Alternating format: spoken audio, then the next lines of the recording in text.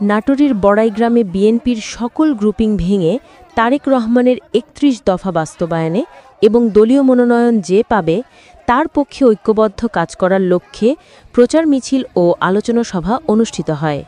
শনিবার বিকেলে উপজেলার গড়মাটি বাজারে নাটোরে পাবনা মহাসড়কে এক বিশাল প্রচার মিছিল অনুষ্ঠিত হয় এবং পরে তারেক রহমানের ৩১ দফা বাস্তবায়নে এবং দলীয় মনোনয়ন যে পাবে তার পক্ষে ঐক্যবদ্ধ কাজ করার লক্ষ্যে নেতাকর্মীদের সাথে আলোচনা সভা অনুষ্ঠিত হয়।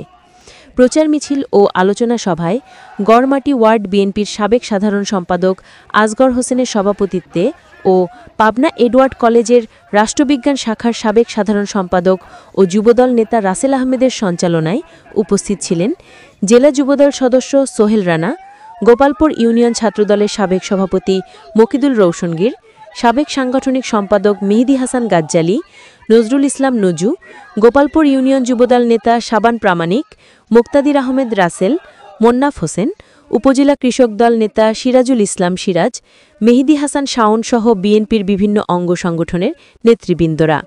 আমরা যারা গ্রুপিং ছিল আমাদের মধ্যে আমরা যতটুকু একাত্মতা হয়েছি এটা যেন অটুট থাকে এবং আগামী দিনে যেন আমরা দৃঢ়ভাবে একসাথে কাজ করতে পারি এবং ধানের শীষকে যে মনোনয়ন নিয়ে আসুক বড়াইগ্রাম গুরুদাসপুর থানায় তাকে আমরা বিজয়ী করতে পারি। আজ ঐক্যবদ্ধ হতে পেরে আমরা অনেকটা আনন্দিত হয়েছি।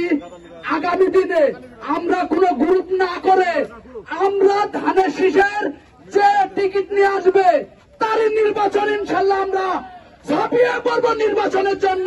আগামী দিনে আমাদের এই বড়াইগ্রাম নাটোর গুরুদাসপুর ৪ আসন থেকে যে ধানের শীষের কান্ডারি হিসেবে আসবে আমরা তাকে সাদরে গ্রহণ করব এবং আমাদের জননেতা তারেক রহমানকে নাটোর ৪ আসনে ধানের শীষ উপহার দিব। এই ৩১ দফা মাধ্যমে আমাদের প্রত্যেকটি পাড়া প্রত্যেকটা মহল্লায় আমাদেরকে ভোট অর্জন করতে হবে। আমাদেরকে প্রত্যেকটা ৩১ দফার যে দফাগুলো আছে প্রত্যেকটা দাবি পৌঁছে দিতে হবে যে কি করতে চাই।